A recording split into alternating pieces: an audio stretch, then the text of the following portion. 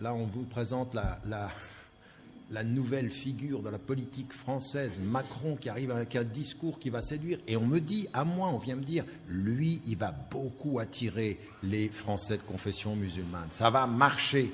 Et en fait, en gros, ça marche. Mais s'il vous plaît, étudiez qui soutient ce type. Étudiez quelles sont les forces. Le type, il est directement lié à la banque Rothschild. Il est lié à tous les groupes des multinationales. C'est les banques qui sont derrière le type. Il le façonne et il vient avec un discours. Ah, mais l'islam, il ne faut pas qu'on soit dur au nom de la laïcité. Mais il ne faut pas nous prendre pour des imbéciles aussi. Surprennent-elles ? Non, elles ne me surprennent pas puisque j'ai moi-même effectivement croisé plusieurs femmes qui m'ont fait des récits précis et glaçants dès 2009. Ça veut dire que vous étiez au courant ? Oui, j'étais au courant et c'est peut-être une façon aussi d'expliquer à ceux qui nous écoutent qu'il ne suffit pas de savoir, même quand on est journaliste, et peut-être surtout quand on est journaliste, pour dire. Je crois avoir démontré que j'ai le courage de dire, je l'ai eu à plusieurs reprises, j'ai essayé de toutes mes forces d'alerter contre la dangerosité de Tariq Ramadan.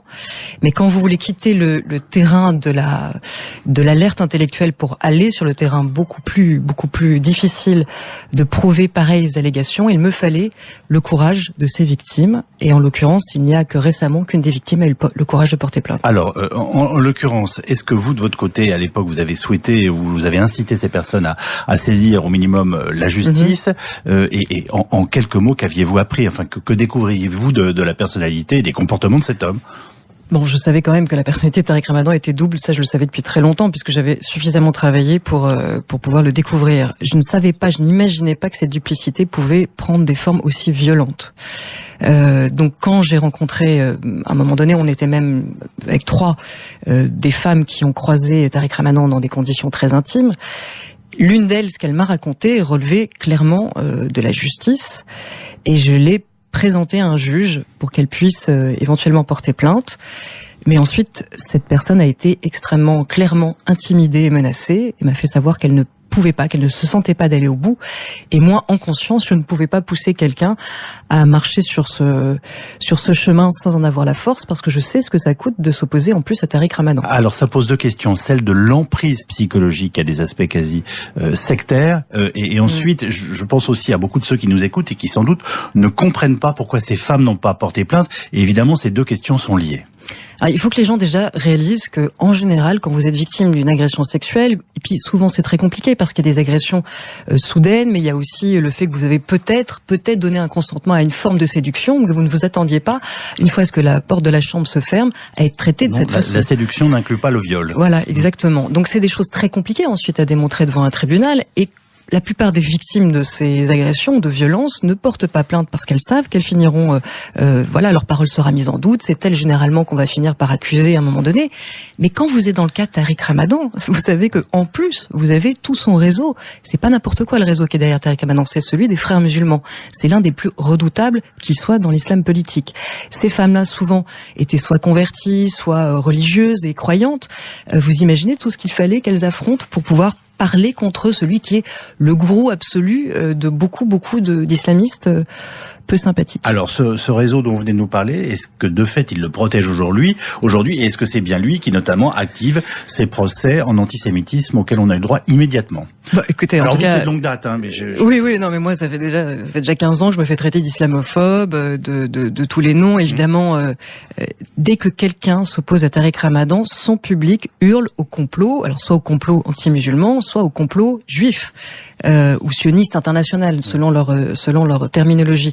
Vous comprenez bien que si Tariq Ramadan avait un effet apaisant sur ces militants-là, ça se verrait depuis longtemps. Ce que l'on voit, c'est qu'effectivement, ils sont complotistes, ils sont antisémites, ils sont violents, ils sont haineux, et ils sont eux-mêmes sous emprise. Parce que la réalité, c'est que Tariq Ramadan exerce une fascination sur ces militants qui dépasse le cadre de la fascination intellectuelle. C'est une vraie emprise sectaire.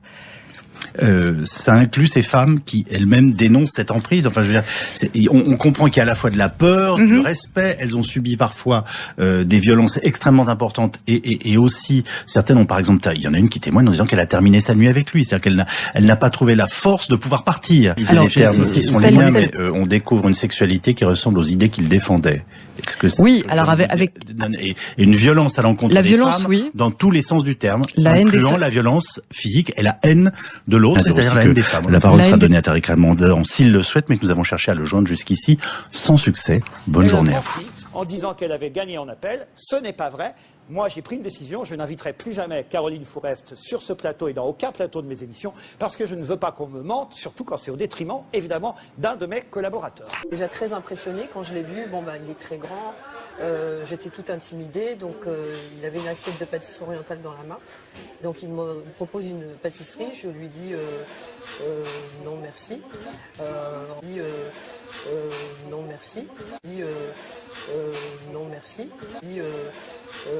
Non merci. Non merci. Resté comme ça figé, sans bouger. Et au petit matin, il est parti se doucher et puis il m'a dit tu partiras discrètement après moi. Tu partiras discrètement après moi. Tu partiras discrètement après moi. Tu partiras discrètement après moi. Tu partiras discrètement après moi. Alors, ce qui s'est passé, c'est que, en fait, moi, j'imaginais, alors je m'étais vraiment idéalisé, j'idéalisais beaucoup Tariq Ramadan et je me suis imaginé qu'on allait manger dans un restaurant ou prendre un verre et discuter. Et puis, finalement, ce qui s'est passé, c'est que je suis allée à Paris, donc j'ai été reçue chez une amie au préalable et ensuite, j'ai laissé mes affaires chez cette amie. Et donc, Tariq Ramadan m'appelle, donc je me dis, prends un taxi. Et rejoins-moi donc à telle adresse. Il me donne l'adresse de l'hôtel et ensuite il me dit tu vas me rejoindre directement dans la chambre. Il me donne le numéro de la chambre. Il me dit parce que ce sera beaucoup plus confortable de discuter tranquillement car il y a trop de gens dans le hall de l'hôtel. À ce moment-là, vous vous méfiez pas. Pas du tout. Pas du tout, aucune méfiance. Moi, pour moi, c'était comme un grand frère, comme un homme. Voilà, c'était un homme religieux, un homme. J'y allais en toute confiance, quoi. Vous poussez la porte. Qu'est-ce qui se passe ? Et ce qui se passe, c'est qu'au moment où je pousse la porte, il ouvre la porte. Donc là, je le vois, il est très grand. Je le vois en face de moi. Il me dit de rentrer. Et il avait une assiette de pâtisserie orientale à la main. Il m'en propose. Donc moi, je lui dis non. Donc ensuite, il va se laver les mains. Il revient et à ce moment-là, en fait, il m'embrasse directement. Donc quelques secondes après, il m'embrasse mais très fort directement. Là, je reconnais, je me suis laissé faire. Par contre, ce qui s'est passé quelques secondes après, ça a été le pire, on va dire. J'ai jamais vécu ça. Ça a été l'horreur. Il s'est littéralement jeté sur moi comme une bête sauvage. J'ai pas eu le temps de respirer. Je me suis retrouvée sous lui. Tout de suite, j'ai dit non, ça va trop vite.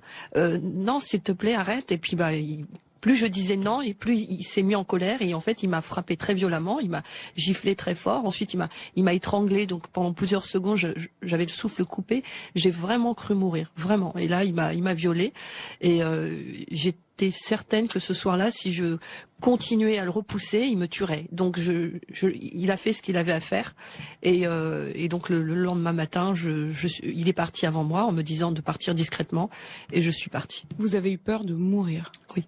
Oui. J'admire l'homme qui se bat, qui se lève. Et d'ailleurs, la preuve qui fait mal au système, c'est qu'on le dénigre, c'est qu'on le diabolise. Et c'est là où on voit que le système a peur de lui.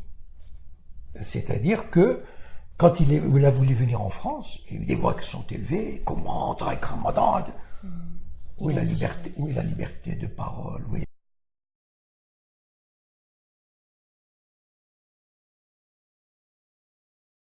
Et son discours, moi j'admire en lui l'homme qui, debout, qui se bat. Voilà. Donc indépendamment des autres, des considérations qu'on nous sort, etc. Bon. Et c'est un exemple qu'on devrait suivre. Vraiment. C'est-à-dire, c'est... Multiplier. Voilà. C'est multiplier des sorties comme ça. Et surtout, c'est quelqu'un qui, pour moi en tout cas, je considère qu'il évite de tomber dans le piège du dominant.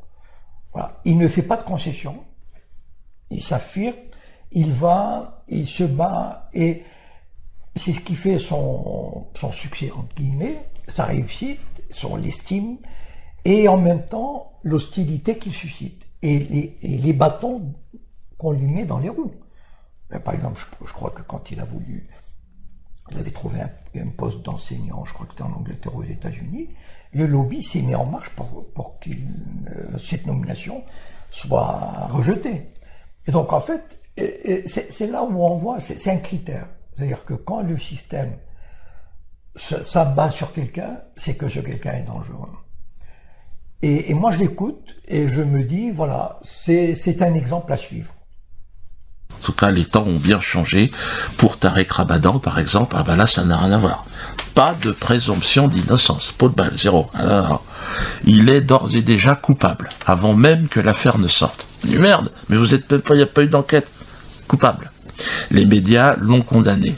Les prétendues victimes, d'ailleurs, sont invités sur BFM TV. Regardez, c'est extraordinaire. C'est un lynchage en règle. Enda Yari, c'est vous qui avez la première porté plainte contre Tarek Ramadan, le très médiatique, charismatique, penseur, prédicateur musulman, qui a d'ailleurs, je le précise, été plusieurs fois reçu à votre place au micro de Jean-Jacques Bourdin. Une enquête a été ouverte au parquet de Paris. Vous portez plainte, je cite, pour viol, agression sexuelle, harcèlement, intimidation. Tarek Ramadan récuse les faits, il a porté plainte pour dénonciation calomnieuse. Alors depuis que vous avez porté plainte, les langues se délient, on va en parler puisque d'autres femmes, une autre femme pour l'instant, en tout cas a porté plainte, d'autres témoignent. Aucune preuve, aucun élément à charge, si ce n'est le témoignage évidemment de celles qui prétendent être victimes donc de Tarek Ramadan, et pourtant lui, il est livré à la vindicte populaire, sans aucun problème. Une sorte de printemps arabe des mouvements féministes.